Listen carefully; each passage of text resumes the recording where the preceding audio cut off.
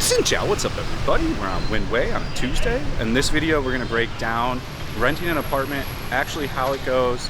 Is there key money like in Korea and Japan? How much do you have to put down? How are the contracts done? Better ways to get a better deal on an apartment. And of course talk about the apartments I can help you find in Saigon, Vietnam. I have access to a lot of different places and a lot of great agents, so I can easily help you out. So we'll get right into it because you know me, I don't like to mess about. One thing I would request that you could do for me is if you're not subscribed, subscribe and hit that bell to all so you can see notifications for videos just like this. If you want to leave a comment, that's greatly appreciated. And if you want to smash that like button, go ahead and get on that. So let's break it down and let's get into it. So renting an apartment here is actually pretty easy. My first apartment, and when I first moved here about 3.5 years ago, it used to only be pretty much 1 month down. And then, so 1 month for a deposit and then paying that month's rent. And actually, if it was even easier than that. If you didn't even have the whole amount, you could just put 1 month down and then pay into the next month as you're going. My first landlord was great. Coincidentally, one of my friends lives in one of those apartments now, so pretty funny. It's funny how the world works. But it's actually very, very easy to rent an apartment here. Questions I get all the time: can I rent an apartment on my 30-day e-visa? Yes, you can. In these situations, you're going to be paying probably more of a deposit. So traditionally, about 3.5 years ago, it was 1 month down and 1 month rent. Now for the most part, it's 2 months deposit and then you pay your 1 month. So it's going to be 3 total months to move into an apartment. That seems to be the standard affair at Golden River now. So let's talk about ways that you can enhance your deal. So if you're in the negotiations for an apartment, if you feel it's a smidgen too high, they don't really want to budge, and you really like the apartment, but you just don't think that it's quite worth that. So there's many ways to handle this. So the first thing you can do, which is how I originally got the apartment I'm at now. Now we are going to be looking at new apartments, and we most likely will be moving in a month. There's a really nice apartment with a panorama pool in District 7. It's a new build, really nice. So we're going to take a look at that in the next upcoming days. We're going to take a look at apartments all over to give us the best options for what fit our needs. We probably will not be staying in Golden River. So ways to enhance your deal when in negotiating phases with a Vietnamese landlord. It's pretty straightforward. The first thing you're going to want to do is come up with a great deposit. Instead of doing 2 months down, go, hey, I'll give you 3 months of deposit. I'll give you 2 months ahead on rent, and then I'll pay rent every 2 months. It is very difficult for a landlord to walk away from that much upfront money. Things that are different in most other places. I can tell you in California, you had to return the apartment. You had to document the apartment with a camera. I learned this after my first apartment. And I recommend you do this here too. You take a camera and you film the entire apartment when you get it. Everything. You make note of any kind of damage on it, and you return that apartment in the exact shape you got it when you rented it. You will 100% get back every penny of your deposit. In fact, about 15 years now, I have gotten back every amount on every apartment I've lived on. I got burned once, never again. You have to protect yourself. Now, they do a pretty good job of whatever agent you get of documenting these things. They'll document it, but you want to take that video and document it yourself and then return the apartment in the exact condition you rented it, and you will get your deposit back. Other things you can do so say you get a favorable amount, you know that that's a good amount for that. Rent is just going to continuously go up every year here. It is a fact. It's never going to go down. So if you know you're in a great place, do a 2-year lease as well. So if you present all that upfront money, then you present a tremendous 2-year lease, they don't have to worry about renting their apartment for 2 years. That is, you've created the most favorable conditions to be in a bargaining situation this way. So It can seem like it's a lot of money, but just look at it as money you'll get back. Now in Korea, when they do this, they let you put it in a bank so it can accrue some interest. Here, I don't know if you could do that, but you could probably try.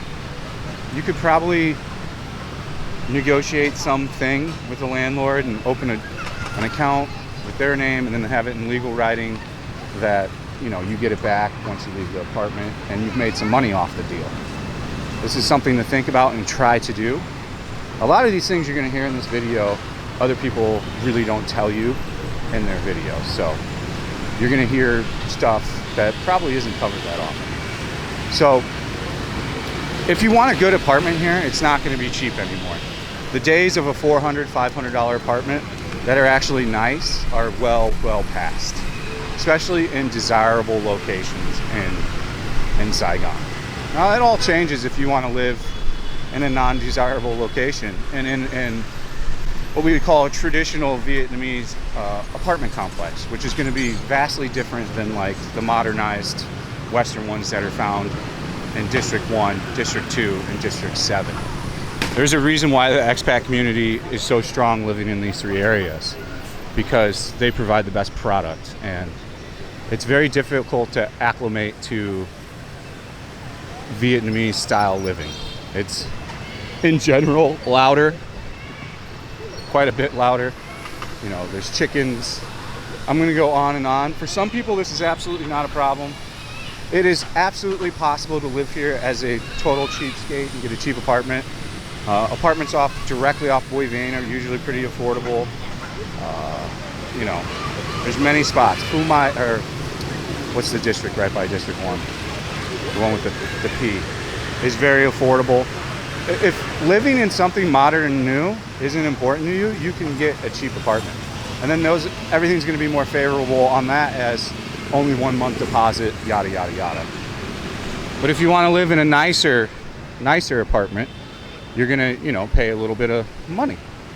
And I've given you the tools how to unlock, you know, your best possible rate. So I recommend that you do follow that when you go rent an apartment. Starting up in a week here, we'll have the return of viewing apartments on the channel, just like we did 2 years ago when we found the place I'm at now. So you'll see lots of different apartments in lots of different areas coming up in the next few weeks. I'm going to show D7, D3, a few in D2, and District 1. We're going to look at penthouses. We're going to look at all the different stuff that's available on apartments. The other things you can do to sweeten the deal, as I talked about, is, like I said, you offer that large deposit. If you know you love the place and it's going to be your kind of forever home, offer a 2-year lease, and then that also locks you in at a good rate.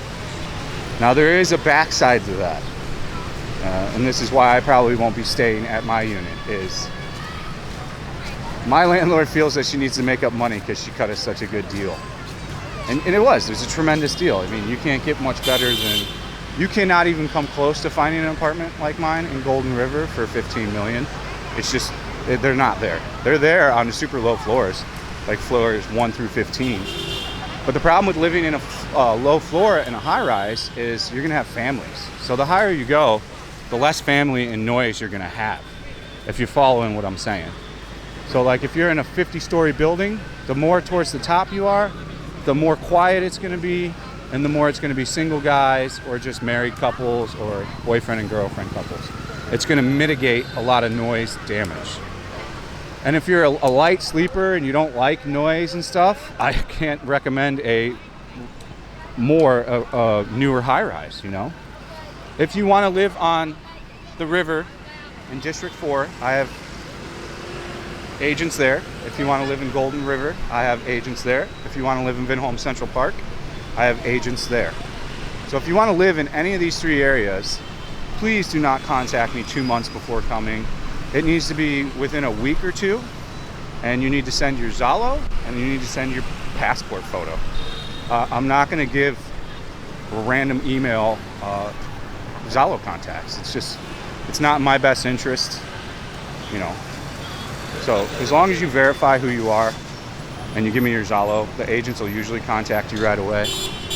You will run into a bit of a frustrating thing with agents in general, their lack of communication or even waiting days. Like, I have to talk to all the agents, and as soon as I get a contact, I have to go, look guys, you need to contact them immediately, meaning within the next 15 minutes. You need to say where you're from, that the YouTuber sent you, and make it clear so they don't think it's spam or anything else. One guy got all upset because he's like, well, what's their number? I'm like, dude, they Zalo'd you. And then he's like, well, my wife got a bunch. I don't know. How do I know? And I'm like, well, what do you want me to do, man? They said it was from me. Like, have her look through the messages and see which one says came from a YouTuber. How many are there going to be? I imagine not more than one, unless you know another YouTuber that's shilling out apartments. So, you know, I can help you get one. Of course, I get some of the money. I'm not even going to lie. That's the whole reason why I even say it, is I'll get a little bit of a kickback, a little taste from it.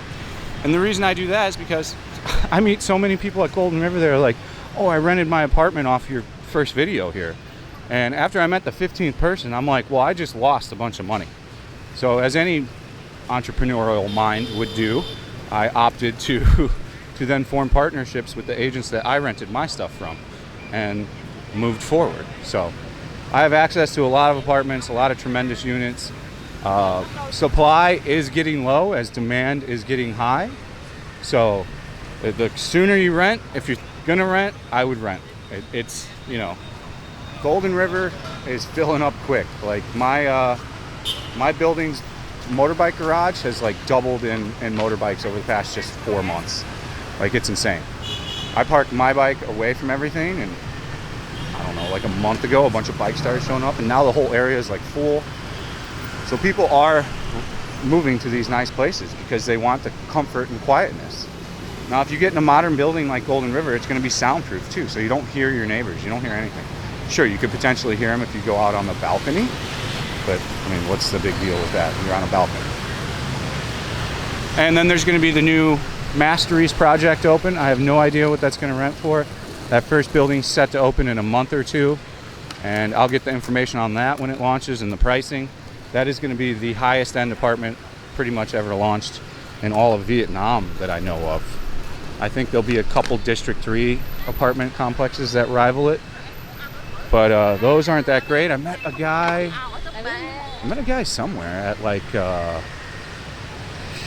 want to say Pasture. I think at Pasture, that had one of those super expensive buildings in the like celebrity building in D3, and he's like, it's not that great. Yeah, he was in the process of actually finding a new apartment. So it's way easy to rent an apartment. There's no social check. They're not checking anything. It's just cash. If you've got the cash, if you got the money, you get the honey. So I mean, it's super duper straightforward. It's one of the easiest places, in fact, to get an apartment. These are things that make getting an apartment a bit more difficult in Korea and in Japan. So I mean, this is a very easy place to live in. The only thing that isn't easy right now is their visa situation. There's nothing I can do about that, or you can do about that. Eventually the government will change. They will offer a better visa situation. If you do want to live in Asia, I suggest you watch the How I Would Live in Asia video. I would be living in each country's permitted time sector for that long. So like Japan for 90 days, Korea for 90 days, etc., etc., etc. And I would just continuously move around and then figure out which place I really love and then form a plan to do it. You know, in Japan and Korea, you can go and learn the language there and do, I think, 20 hours a week and get a educational visa. You can do that here too, but I think it's way more aggressive on the time. It's like 30 hours a week, might even be 40 hours a week. If someone actually knows what the official rule is in Vietnam for that, kindly drop it in the comments section. That would be real goated of you. So, and as far as what to look for in an apartment, definitely try to go at around 7 p.m. to look at it. Maybe look at it once during the day, see that it's fine, and then come back when the neighbors are home. Ask to set up that 7 p.m. Viewing time, or even 7:30. As late as the agent will kind of let you do it is when you want to check the noise. So you want to walk into that thing, ask the agent even not to talk, stand there, sit there if they've got a seat for 5-10 minutes and see what you hear. Other things you want to check is the air conditioning. You want to turn the aircon on. You want to see that it's efficient, it works, it gets up the temperature pretty quickly. Just check everything. Check the water, check that the fridge isn't moldy, check that there isn't mold around the sink and stuff like this.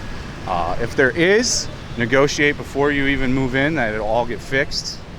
And another thing that you have to do, once you do move in and you start to discover problems, you cannot wait past 30 days. The agent is obligated to take care of everything for the first 30 days of the move-in. After that, you are on your own.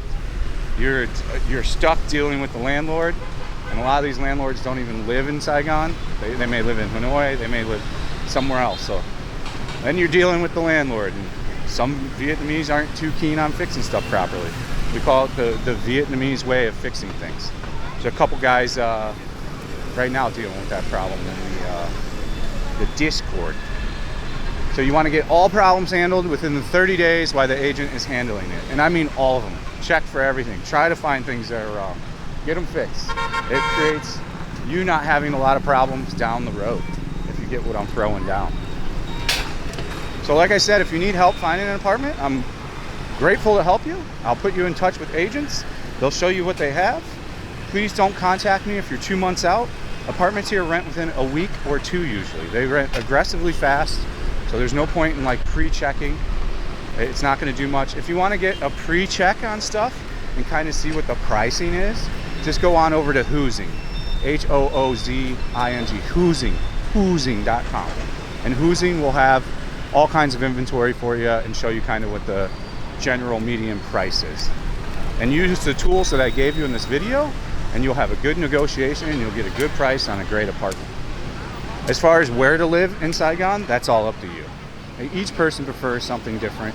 Some people absolutely love District 2. Some people love the quietness of District 7. Some people, love D1 like me, where the action is, because you can quickly get to everything. Also, other things to factor in is how long is your commute going to be. If you've never driven around in rush hour here, it's kind of cool the first few times, but it becomes absolute hell. It's not a fun drive. It is very, very congested, aggressive, hot. It's not enjoyable. So if you're doing a half hour, 35, 40-minute commute each way during rush hour, you're going to learn to hate that place. That's going to mentally affect you at some point. So that's the video. I think we did that well. I thought about that one for 15 minutes before we filmed. I think it came out well. I think the information is there. If anybody wants to add anything in the comments, drop it in the comments. Thank you for watching. I think I covered everything. See you on the next one. Peace out.